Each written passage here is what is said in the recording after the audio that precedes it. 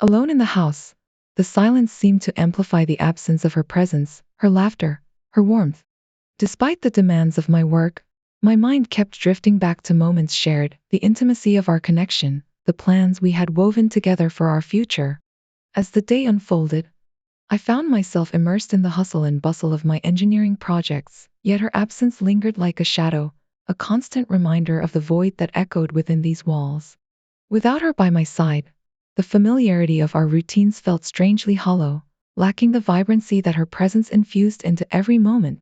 The evening descended with a quiet solemnity, the empty house serving as a poignant backdrop to my solitary existence.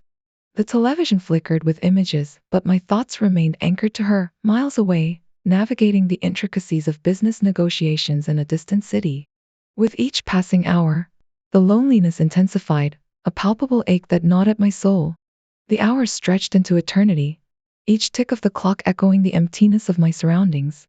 In the stillness of the night, I found myself longing for her touch, her laughter, her warmth. As I retired to bed, the silence enveloped me like a suffocating shroud, amplifying the solitude that permeated every corner of our home. With a heavy heart, I drifted into a fitful sleep, my dreams haunted by her absence, a constant reminder of the gaping void that now defined my existence. The days blurred into weeks, each passing moment a testament to the profound absence of her presence. Yet, amidst the solitude, a flicker of hope emerged, a beacon of light that illuminated the path forward. For in her absence, I discovered a newfound appreciation for the depth of our connection, a love that transcended the confines of physical proximity. As the days turned into weeks, and weeks into months, I found solace in the memories we shared, the laughter, the tears, the moments of unbridled joy. And though the distance between us may have stretched across miles, our hearts remained intertwined, bound by the unbreakable bonds of love and devotion. In the quiet solitude of our home, I found the strength to carry on, to cherish each moment, to treasure the love that had guided us through the darkest of nights.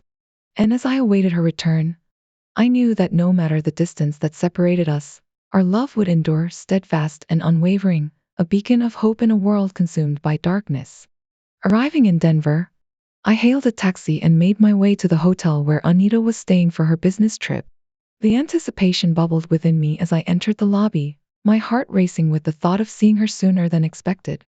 As I approached the front desk, I inquired about Anita's room number, my eagerness palpable in every word. With a knowing smile, the receptionist handed me the key card and directed me to her room on the 7th floor. With each step, my anticipation grew, my heart pounding in my chest as I neared her door. Taking a deep breath, I inserted the key card and pushed open the door, my eyes scanning the room for any sign of her presence. And there she was, sitting by the window with a book in hand, her face illuminated by the soft glow of the bedside lamp. A smile spread across her lips as she looked up and saw me standing in the doorway, disbelief and joy dancing in her eyes. For a moment, we simply stood there, lost in the sweetness of the moment, the distance that had separated us melting away in an instant. Without a word, I crossed the room and enveloped her in a tight embrace, savoring the warmth of her presence, the familiarity of her touch. As we held each other, time seemed to stand still, the world fading away as we basked in the simple joy of being together. And in that moment, I knew that no matter the challenges we faced or the miles that lay between us, our love would always find a way to bring us back to each other. As the evening unfolded, we shared stories of our time apart, laughing and reminiscing like old friends reunited at last. And as we sat together, hand in hand, watching the city lights twinkle outside the window, I felt a sense of peace wash over me, knowing that no matter where life took us, we would always have each other. In the warmth of her embrace, I found solace, a sense of home that transcended time and distance. And as we drifted off to sleep, entwined in each other's arms, I knew that this unexpected visit was more than just a surprise. It was a testament to the enduring power of love, a love that would carry us through the trials and tribulations of life, binding us together in heart and soul forevermore. At the bustling San Francisco airport, amid the whirl of travelers, I sat down for dinner, the clatter of cutlery and chatter of voices forming a backdrop to my thoughts. As I savored my meal, Anita's call interrupted my solitude, her voice a comforting presence in the midst of the bustling terminal. We exchanged pleasantries, and she inquired about my visit to my folks, unaware of the deception unfolding miles away. With practiced ease, I maintained the facade, assuring her of my whereabouts as if I were nestled in the familiarity of my parents' home. She, weary from the day's negotiations, spoke of plans for a quiet evening in her hotel room, unaware of the impending revelation that would shatter our world. After bidding farewell to Anita, I boarded my late-night flight, the anticipation of what awaited me in Denver mingling with apprehension. Arriving at Anita's hotel, I navigated the corridors with a sense of purpose, the weight of impending discovery heavy on my shoulders. Entering her suite, a soft glow emanated from the lamp, casting shadows across the room. But Anita was nowhere to be found. A sense of foreboding settled over me as I ventured into the adjacent room, the door ajar beckoning me into the darkness beyond. In the dimly lit bedroom, the scene before me unfolded like a nightmare. Anita, unclothed and lost in passion, entwined with a stranger whose identity remained concealed. Shock and disbelief coursed through me, threatening to overwhelm my senses. In a haze of emotions, I retreated to her suite, my mind racing with thoughts of confrontation and despair. Retrieving my camera from my bag, I returned to capture the damning evidence, the click of the shutter echoing in the silence of the room. With trembling hands, I connected the camera to her laptop, setting in motion a chain of events that would forever alter the course of our lives. As I left her suite, the weight of betrayal heavy on my heart, I knew that our once perfect facade had crumbled, leaving only shattered remnants in its wake. With each step towards the elevator, the echoes of Anita's cries reverberated in my mind, a haunting reminder of the truth I could no longer ignore. And as I boarded the flight back to St. Louis, I braced myself for the inevitable confrontation that awaited us, knowing that our journey together had reached its bitter end. After leaving the hotel, I couldn't find sleep. The distressing scene from her hotel bedroom kept replaying in my mind. I cried, letting my pain manifest in tears. By the time I left the motel at 5 o'clock anti-maritime, I had exhausted my tears, resolved to end our marriage swiftly. Upon arriving in Street Louis, my cell phone began to ring as I entered my car, and checking the caller identification, I saw it was Anita. I turned it off and headed home. Upon entering the house, the phone was ringing again, but checking the caller identification revealed it was Anita once more. Letting it go to the answering machine, I heard her sobbing on the phone, pleading with me to call her right away, expressing that she needed to talk with me and it was important. I ignored her tearful plea, changed my clothes, rented a U-Haul, and returned home to start packing. If my calculations were correct, she would arrive around 4 o'clock post-maritime, and I aimed to be out of the house by then. It took a couple of hours, but I successfully moved all my personal belongings to a rental storage unit before packing. I contacted Ed, our lawyer, and scheduled an appointment for that afternoon. After unloading my belongings at the storage unit, I met with our lawyer and requested the initiation of divorce proceedings. While tempted to cite infidelity as the cause, I opted for incompatibility, reserving the infidelity accusation in case she contested the divorce. I also requested him to draft a new will designating my brother as a beneficiary. Making a stop at the bank, I moved half of our savings and checking balance to new accounts solely in my name. Subsequently, I contacted my investment advisor to perform a similar transfer for our accounts with him. With a heavy heart, I drove to my parents' house, carrying my suitcase with me. I entered through the open door, and my mother spotted me first, exclaiming loudly, "Jack, where have you been? Anita has been calling here several times looking for you. Did you inform her that you were staying here?" My retired father joined us, and I sat down to explain everything to them. They were astonished when I revealed Anita's infidelity and the end of our marriage. I inquired if I could stay with them for a few days until I found a furnished apartment, and they agreed. My calculations seemed fairly accurate because around 6 o'clock post-maritime, as we were sitting down to eat, the doorbell rang. My dad answered it, and a moment later, he returned with Anita, looking visibly distressed. She questioned why I hadn't answered her calls, expressing the need to talk. She noted that I had moved all my stuff out of the house and assumed the message left on my desktop would provide the necessary information. I responded, expressing my fear that it was her and suggesting that we go somewhere to talk. The evening of our arrival in Denver, Sam and I had dinner together, discussing both work and personal matters. As the wine flowed, the conversation turned flirtatious, and before long, we found ourselves entangled in a physical embrace. In the heat of the moment, we made a grave mistake, succumbing to temptation and betraying our respective spouses. The next morning, we awoke to the harsh light of reality, filled with regret and guilt for our actions. Throughout the negotiations, we tried to maintain a facade of professionalism, but the weight of our indiscretion hung heavy in the air.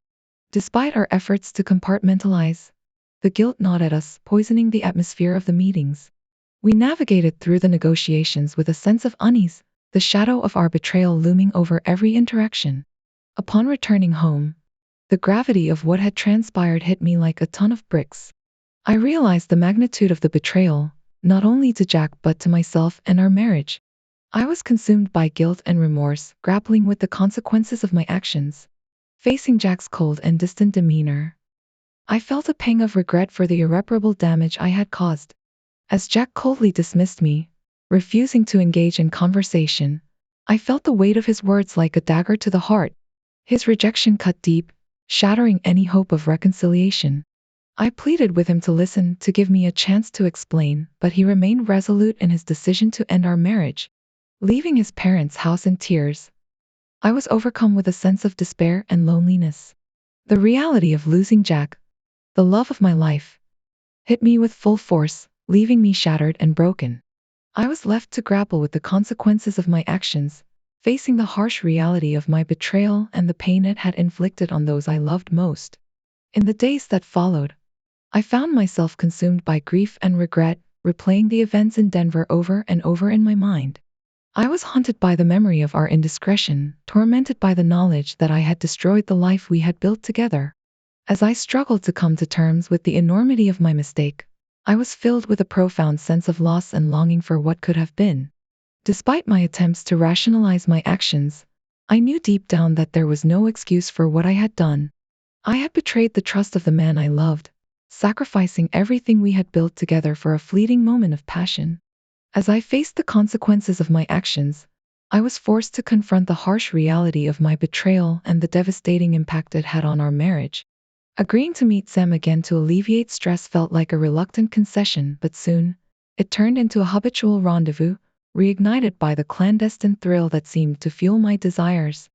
Ironically, easing my conscience at home and perhaps benefiting Jack indirectly. On the first night of our trip, exhaustion prevailed, leading us to forego our usual meeting, but after a grueling day of negotiations, I relented, agreeing to see him the following night.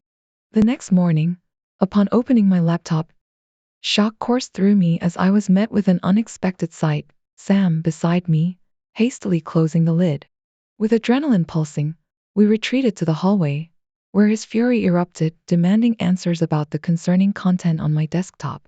Stunned, I could only offer confusion, explaining that it hadn't been there before. Yet, when we reopened it, the shocking image remained, and Sam, too, recognized it, identifying me in the picture. Bewildered, I questioned its authenticity, but he remained convinced, suggesting it might be him beside me, albeit unseen. Doubts surfaced about the security of my room, but Sam dismissed them, insisting on the door's integrity. Urging him to investigate, I assured him of my cooperation, urging him to contact Jack for clarification on his whereabouts. Doubt crept in as Sam recounted their conversation, casting uncertainty on Jack's involvement. Anxious and apprehensive, I instructed Sam to keep me informed, bracing for the potential fallout. As he left, I mulled over the unsettling possibility that Jack orchestrated the image, signaling an end to our marriage. Returning to the hotel, I sought clarity, only to find confirmation that Jack had indeed visited, solidifying my fears of impending separation. Despite the heartbreak, a sense of duty urged me to persevere, prompting me to delve deeper into the truth. With resolve, I sought answers from the hotel staff, finding evidence that Jack had been there, reinforcing the grim reality that my marriage was slipping away, leaving me to grapple with the devastating heartbreak that followed. Determined to salvage what remained of our relationship, I hurried into my suite, grasping for any means to reach Jack. Dialing his cell in office yielded no response. His phone had been powered off. Leaving a crucial voicemail, I anxiously awaited his return call. Eventually, his work secretary relayed the unexpected news: Jack was on a business trip in California, set to return the following day. It dawned on me, he had journeyed to California and detoured to surprise me. The irony wasn't lost on me. We were both taken aback. Attempting to reach his family provided no solace. They hadn't seen him for days. Leaving messages at home and with his parents, I grappled with the realization that I couldn't speak to him unless I returned home. Swiftly, I arranged a flight back to St. Louis, packing with a heavy heart. Sharing the news with Sam, his response was somber, acknowledging the precariousness of our situations. He reminded me of the company's strict policy against fraternization among managerial staff, stressing the potential consequences. Concerned about Jack's reaction and the prospect of losing him, Sam urged me to make amends. Assuring me of his support, Sam revealed his own reservations for a return flight, scheduled to arrive shortly after mine. With final farewells, I collected my belongings, hastening to the lobby, where the hotel limo awaited, ferrying me to the airport. Amidst fervent prayers during the flight home, my sole aspiration was to reconcile with Jack, to rationalize and seek forgiveness for the indiscretion. Yet, upon returning, the semblance of normalcy faded as I entered our bedroom, now devoid of his presence. His absence spoke volumes. He knew, and he had chosen to leave. Determined to find him, despite countless unanswered calls, I resolved to seek solace at his parents' home. Seeking solace and answers, I ventured to his parents' house, hoping for clues to his whereabouts. However, the reception I received was as cold and heartless as the news he delivered. Divorce proceedings were in motion, and his resolve was unyielding. His indifference pierced me to the core, the future we envisioned shattered in an instant. Tears streaming down my cheeks, I retreated to my car, consumed by despair. The dreams of a shared life, of growing old together and cherishing grandchildren, dissolved into the ether, leaving only anguish in their wake. The prospect of starting anew with someone else, compounded by the fear of aging out of motherhood, cast a shadow over my soul. With a heavy heart, I returned to our empty home, haunted by haunting visions of Anita and Sam. Restless and tormented, I rose early the next morning, seeking refuge at my parents' house. Engaging in mundane tasks, I distracted myself, yet the ache persisted. Retrieving my laptop and camera, I embarked on a mission to uncover the truth, downloading and scrutinizing the incriminating images. Amidst the chaos of emotions, a revelation emerged. A tattoo on Sam's arm bearing the name Murray. The discovery fueled my resolve, providing clarity amidst the turmoil. After composing myself, I ventured to work, the weight of the evidence heavy on my shoulders. Burning compact discs and organizing the damning photographs, I steeled myself for the confrontation ahead. Presenting the evidence to Phil, the human resources manager, I braced for the repercussions. Shocked by the revelation, Phil pledged action, acknowledging the gravity of the situation. Pressing forward, I laid bare the implications, leveraging the company's anti-fraternization clause to demand accountability. Meeting with my boss, Evan, I divulged the sordid affair, met with the appropriate level of dismay. The magnitude of the betrayal reverberated through the office, shattering the facade of professionalism. Despite the turmoil, I forged ahead, determined to navigate the treacherous waters ahead. With the week off granted as vacation time, my boss readily agreed, offering congratulations on a job well done during my trip to California. The customer's commendation for the swift resolution of their issue led to a proposition taking over the California territory due to the retirement of a field engineer. Promising to consider it upon my return, I left Evan's office. Kathy, his secretary, relayed a message from my wife, but I instructed her to keep her away, revealing the impending divorce and her involvement with Sam Harris. Anticipating the news spreading, I reached out to Marie Harris, Sam's wife, knowing the revelations would be challenging. Arranging to meet, I made my way to their home, feeling a weight of responsibility. Despite my apprehension, I believed Sam should face consequences, and Anita shouldn't bear the soul fallout. Murray welcomed me with coffee, and I wasted no time in divulging the affair and my intentions regarding their employment. Surprisingly, Murray's reaction was subdued, sharing her suspicions of Sam's infidelity over the years. Reflecting on his past as a devoted husband and father, she expressed regret for both our marriages. Concerned for Sam's future job prospects, she acknowledged the potential ramifications of his termination. Offering me photographic evidence, she thanked me for sharing, acknowledging the emotional toll it would take. Expressing my inability to overlook the situation, especially as we were on the brink of starting a family, I stressed the importance of trust and respect in a relationship. Despite the difficult conversation, Murray's understanding and grace in the face of adversity left a lasting impression. Acknowledging my decision, Murray thanked me for informing her directly, expressing understanding about not wanting to hear it from other sources first. She extended sympathy for my situation with Anita, anticipating her devastation and remorse upon discovering the affair. Wishing it were a one-time incident, Murray found it easier to forgive but believed it had been ongoing for years, making it harder to accept now that it was out in the open. Emphasizing the need to hold her head up, she expressed pride despite the circumstances. Assuring her that I would reach out if needed, I left and headed back to my parents' house. Fast forward 6 months, I received the agreement dissolving my marriage to Anita. I hadn't talked to or seen her since the day she came to my parents' house. My lawyer handled everything, giving her the house and furnishings to release all claims on me. I also had my name removed from the mortgage. Facing financial struggles, she put the house up for sale and lost money on the deal. Threatening to expose her infidelity if she contested the divorce, she signed the papers within 48 hours, leading to my freedom. Now residing in Santa Maria, California, a quiet coastal town between the Bay Area and Los Angeles, I moved here about 4 months ago. Living in an apartment complex with other singles and young couples, I have a steady girlfriend who understands my travel-heavy lifestyle. With housing costs high, we're saving for a down payment on a house, considering our future together. Trust is crucial, especially with my frequent travel, but starting a family is on the horizon given the ticking biological clocks.